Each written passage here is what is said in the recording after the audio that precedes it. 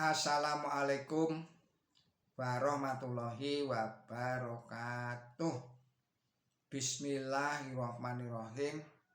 Alhamdulillah hirabbil alamin. Allahumma sholli ala sayyidina Muhammad wa ala ali sayyidina Muhammad kama barokta ala sayyidina Ibrahim wa ala ali sayyidina Ibrahim fil alamina innaka hamidum majid. Para kadang pamirsa Kereweng Aji Channel ingkang kinurmatan dalah kadang mukminin wal mukminat ingkang dipun rahmati dening Gusti Allah Ta'ala. Sumangga kita lajengaken malih kajian kula panjenengan sedaya menika ingkang sak menika mlebet serat nomor kalih serat Al-Baqarah. Serat Al-Baqarah ayatipun ayat 228 dalah ayat 229. Kagem para pamirsa ingkang ing saat punika nandhang gerah, mugi-mugi Gusti Allah Ta'ala enggal paring tamba usada dumateng panjenengan. Mugi-mugi saged enggal seger kuwarasan malih.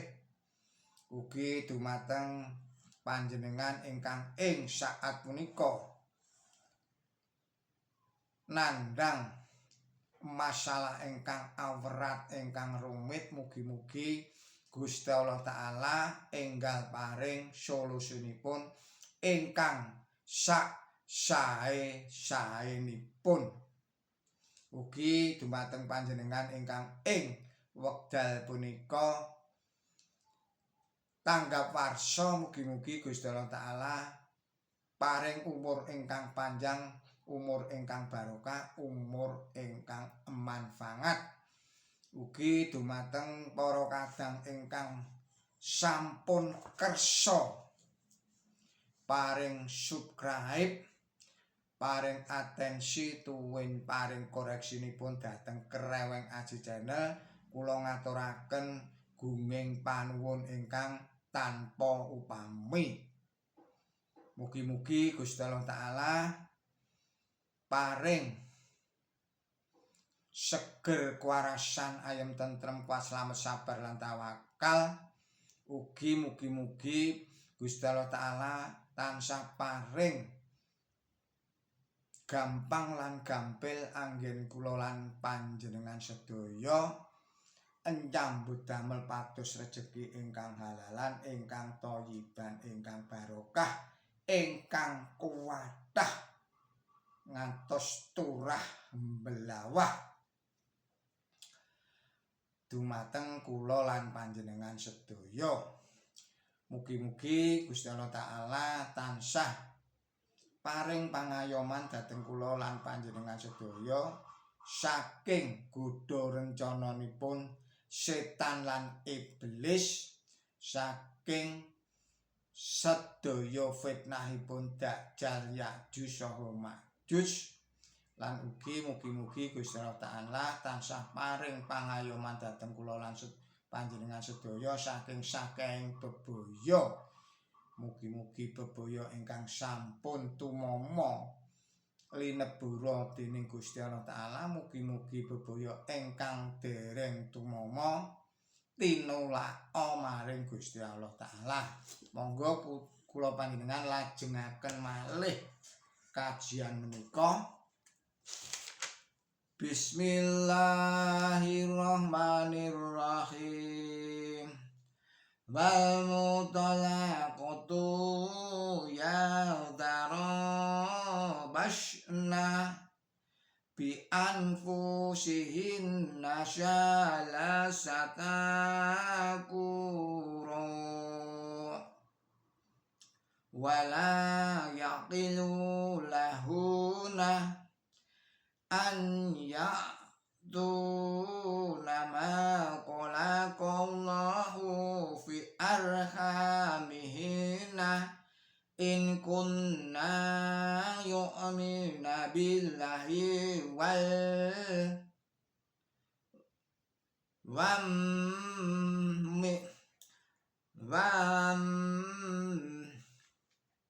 yaumil akhir wal yaumil akhir wabu ulatuhunna ahaku biradihina fidzalika in ara'u aslaha walahunna mislul ladzi alaihinna bil ma'ruf.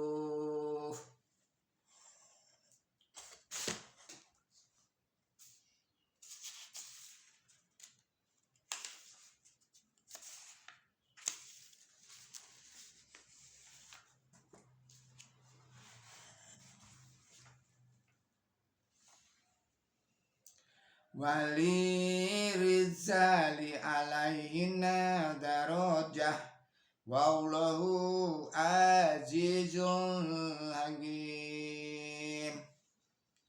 Aldolaku marodani fa imsyakum bima'aruf au tash'arikum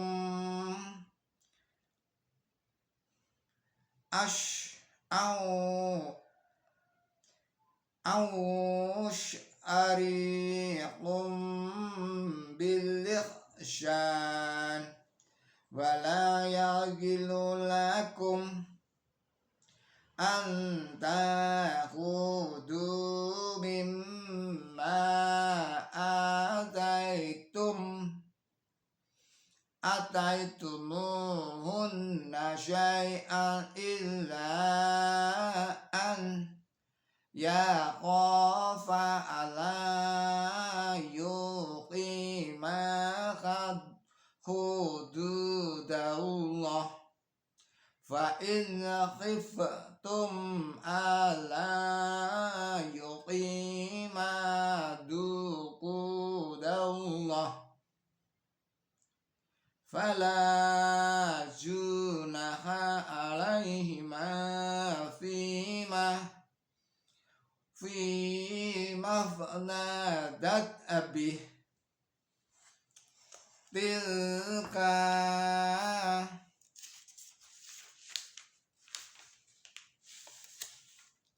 hududullah fala ta'taduha wa may yata'adha hududallahi fa ulaika humud dhalimun. Shadaqallahul adzim. Artosipun atas asma Allah ingkang maha murah ingkang maha asih.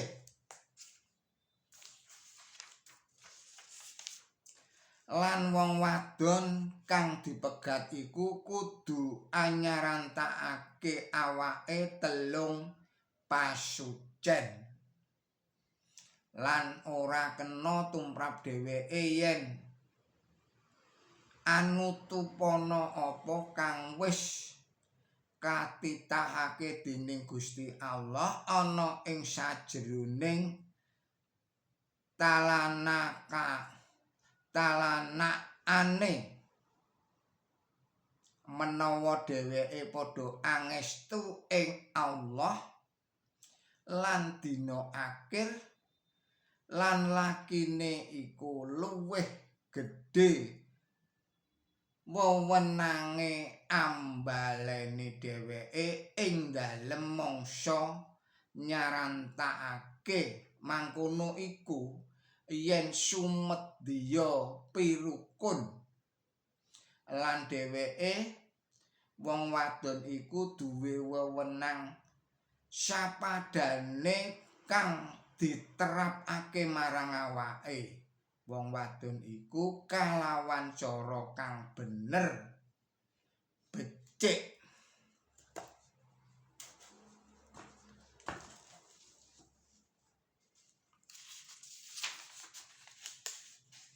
lan wong lanang angungkuli satataran karo dheweke lan Gusti Allah iku minulya wicaksana. Pegat iku kena ditibakake rong rambahan banjur wengkunen kalawan pangrengkuh becik utawa uculna kalawan becik lan ora kena tumrape sira yen anyupuka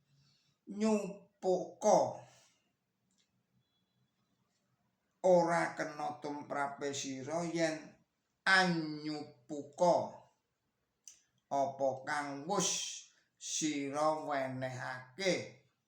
Kula ambali malih lan ora kena tumrape sira yen anjupuka apa kang wus sira wenehake marang dheweke utawa wong wadon iku. Satitik kajaba yen sakarone padha kawatir manawa ora bisa netepi angger-anggering Gusti Allah. Mulane menawa sira kawatir manawa sakarone ora bisa anetepi angger-anggere Gusti Allah, lah ora cacat ing atase sakarone tumrap pawewehe si wadon amprih bisane pegat. Iki angger-anggere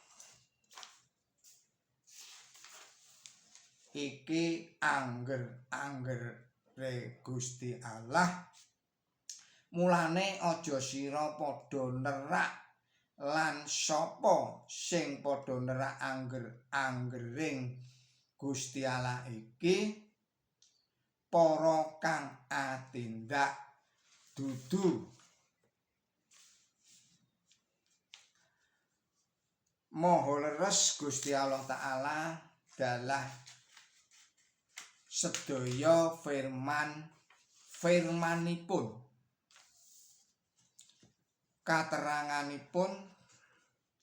Katerangan wonten ing serat 228 wekdal kangge nyarantosaken utawi iddah punika dados rukunipun peranatan Islam bab pegat. Nanging tumrap prakawis tiyang sesemaan ingkang dereng nate kempal mboten sisah mawi ngiddah menika kaserat wonten ing serat nomor 33 inggih punika serat Al-Ahzab ayatipun ayat 59. Katerangan salajengipun menggah ing sajatos-jatosipun ngidah punika pepisahan ingkang sawatawis wekdal ing salebetipun wekdal wau tiyang kenging wangsul kempal sesemaan malih. Wekdal kangge pepisahan punika dumunung dados pamekaing pegatan sarta nalika babakan ingkang kaping kalih ingkang taksih tinangsulan ing tresna ing salebetipun pepisahan sawatawis mangsa wau mesti nuwuhaken panalongsa tumrap kalih-kalihipun teman saged ngerukunaken malih tuwin pasulayanipun ingkang sampun-sampun lajeng lebur tanpa tilas. Punika panjagi ingkang prayogi piyambak kangge rumeksa sampun ngantos tiyang klentu anggenipun migunakaken pegat. Awit kanthi lampah punika angemungaken sesemaan ingkang pancen pantes wudar dening sepen ing katresnan kemawon ingkang wasananipun wudar saestu. Sesemaan ingkang tanpa katresnan punika kados dene raga ingkang tanpa jiwa. Langkung sae tumunten dipun pisahaken. Dados senadyan pranatan agami Islam bab pegat punika mawi dipun wonteni syarat-syaratipun kangge anggegesang katresnan. Ewadene pranatan kala wau mamrih pedhotipun tatang suling sesemahan manawi sampun tetela bilih kekalih-kalihipun boten tresnanan. Kalih-kalihipun boten tresna tinresnan. Katerangan candhaipun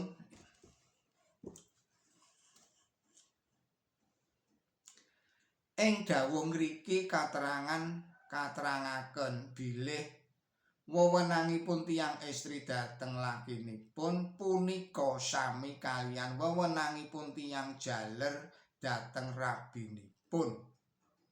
Sampun boten wonten semang-semangipun malih menawi pratelan punika nuwuhaken gendera wonten ing bebrayan ingkang boten nate ngakeni wewenangipun tiyang estri.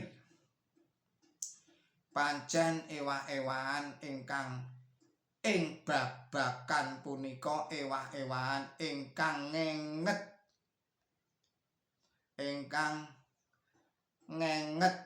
ngetaken jalaran dumugi ing wekdal wau panganggepipun bangsa Arab dhateng tiyang estri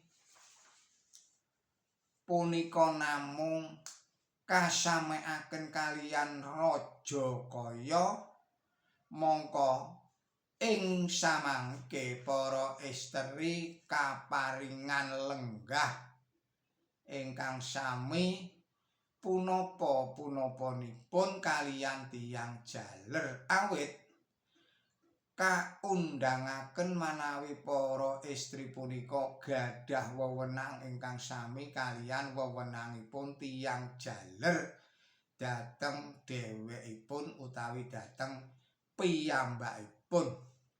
Undang-undang punika boten namung ngawontenaken ewah-ewahan ingkang ngegeti ing tanah Arab kemawon nanging ugi ing saindenging jagat.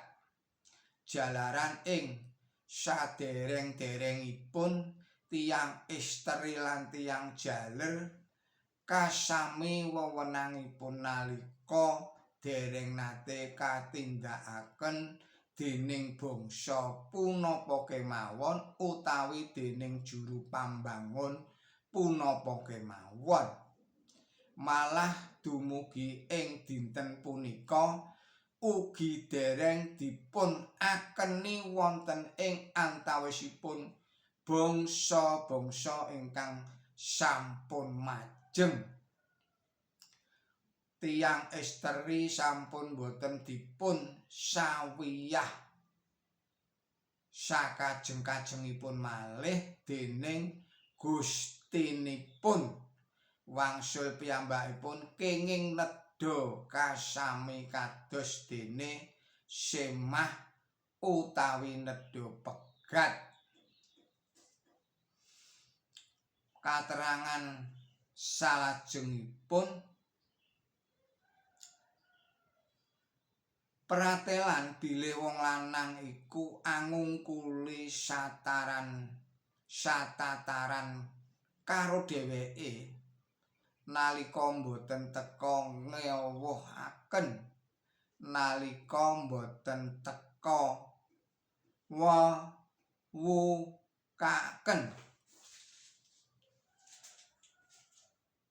sawenang-wenang ingkang sampun katamtokaken ing dawuh ingkang sampun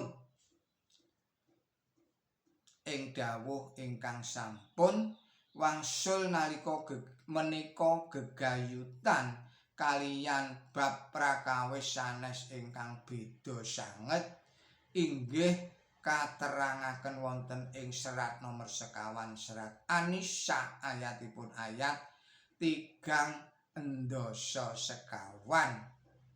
Monggo mirsani katerangan angka gangsal atus 69. Salajengipun pranatan ingkang kaping 3 ing bab prakawis pegat inggih punika pegat ingkang kenging kajabel kenging wangsulan malih. Dados ingkang kasebat ing ayat punika ingkang sampun nalika kengingipun kadhawuhaken namung kalih rambahan. Ing nalika jaman jahiliyah tiyang jaler asring megat semahipun lan dipun wangsuli malih ing salebetipun wedal ingkang katamtokaken sarta anggenipun nindakaken makaten kala wau sanadyan ngantosa kaping 1000 kenging-kenging kemawon. Agami Islam ambangun tata cara punika sarana ngidini andhawahaken pegat ingkang kenging kajabel kalih rambahan supados ngidahipun saben rambahan punika dados wekdal pipisahan sawatawis mangsa ingkang ing salebetipun mangsa kala wau tiyang kenging wangsulan sesemahan malih. Katerangan salajengipun pranatan ingkang kaping 50 inggih punika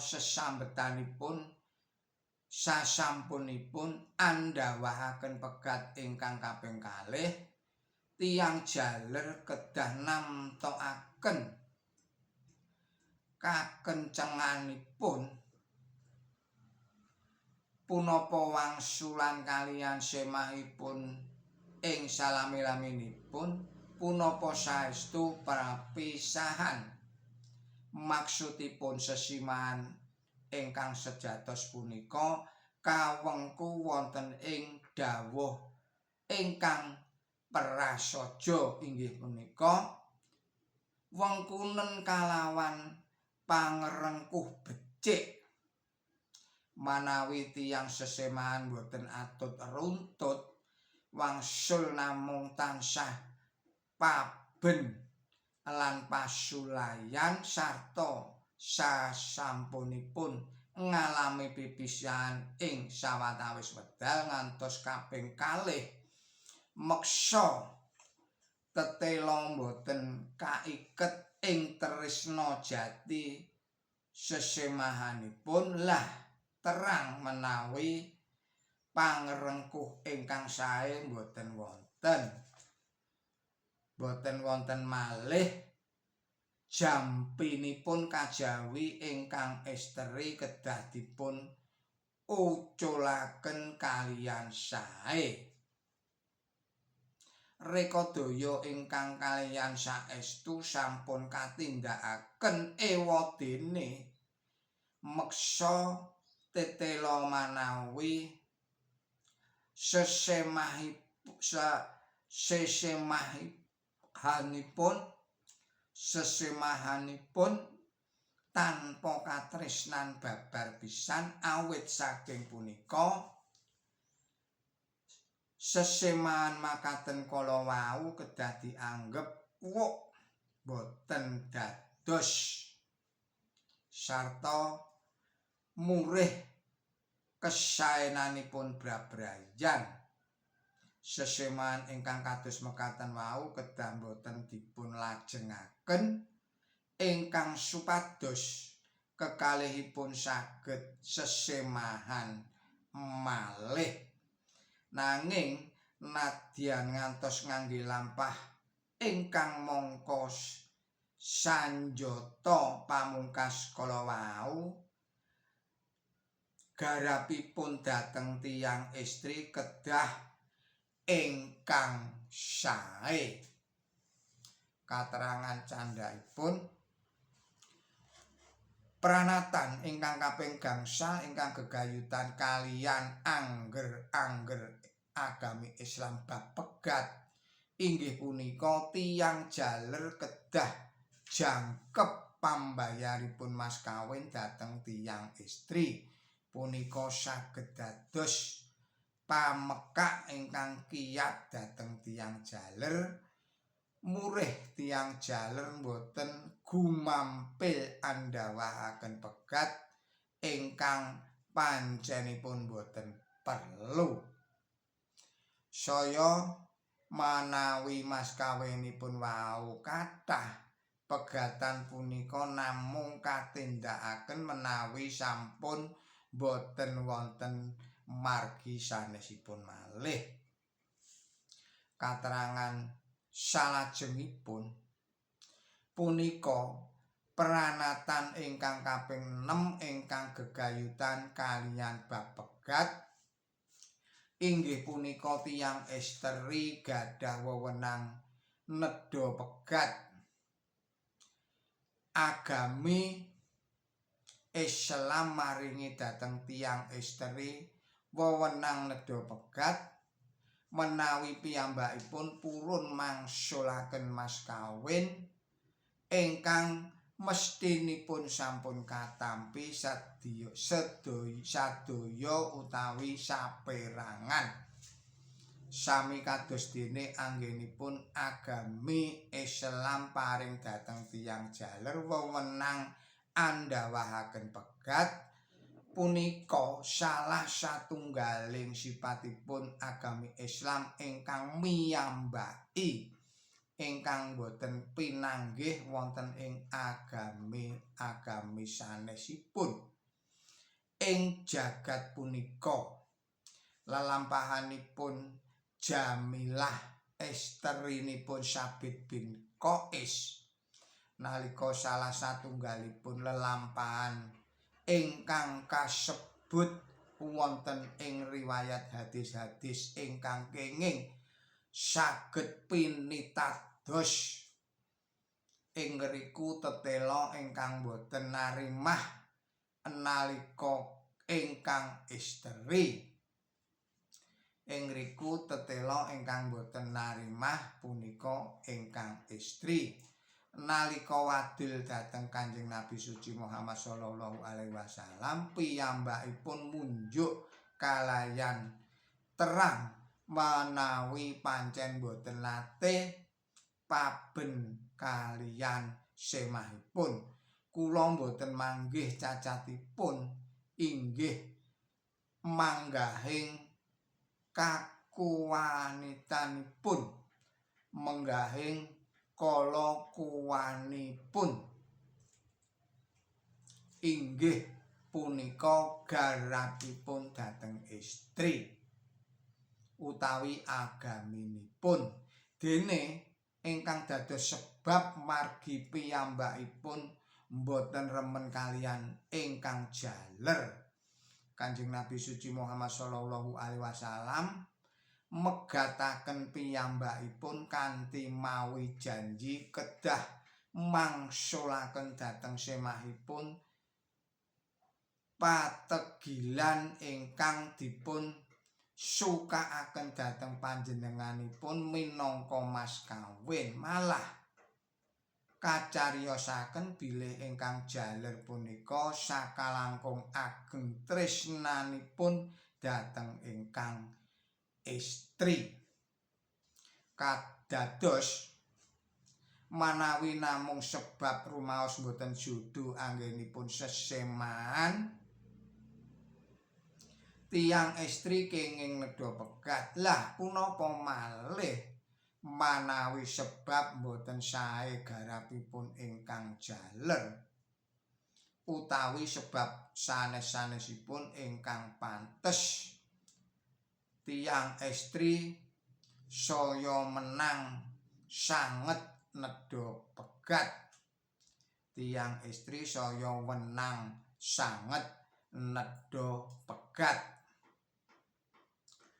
Wonten ing antawisipun para kaum muslimin ingkang rumiyin-rumiyin, wewenang punika wewenang ingkang umum dipun akeni. Ing sapunika ing wewenang punika tumindak wonten ing negari-negari Islam. Miturut istilah pegatan ingkang kados mekaten kala wau kawastanan kuluk. Perlu dipun pengeti bilih sanadyan ayat punika dados dadasaring pranata bab kuluk, ewadene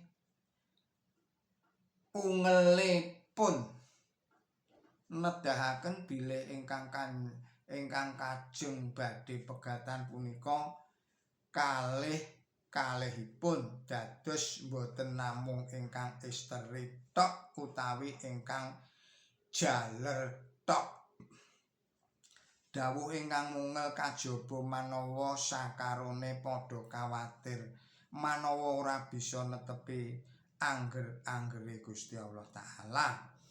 Menika kateranganipun manawi kalih-kalihipun sami boten saged netepi kewajibanipun sesemahan lan boten saged atut runtut kaliyan sae.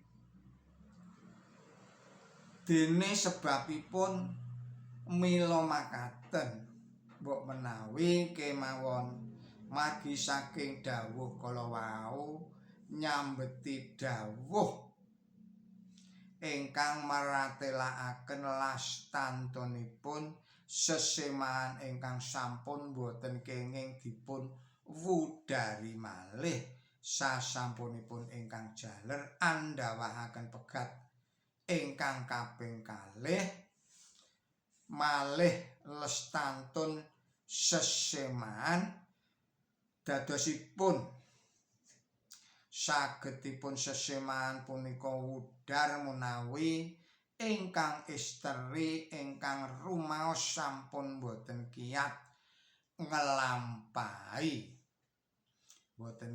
ngelampahi sebab sanesipun malih mbok menawi mergi limprahipun tiyang istri punika boten remen pegatan. Dawuh manawa sira kawatir punika tetela tumuju dhateng para juru nyepeng pengadilan. Lah punika pranatan ingkang kaping 7 tumrap angger bab pegat inggih punika pengadilan ingkang kenging nyampuri prakawis kala wau. Riwayat nyebataken wonten prakawis pegat ingkang kalayan sewenang-wenang dipun leresaken dening pengadilan. Para kadang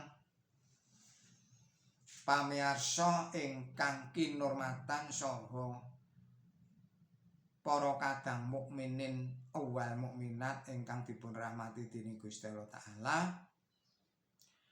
Kita pungkasi kajian kita ing wekdal menika, mugi-mugi sedaya menika saged ngiyataken iman tuwin takwa kula panjenengan sedaya dhateng Gusti Allah taala. Mugi-mugi ugi saged ngiyataken ilmu tuwin amal kesaitan kita. Billahi taufik wal hidayah. Ihdinas siratal mustaqim. Wassalamualaikum warahmatullahi wabarakatuh.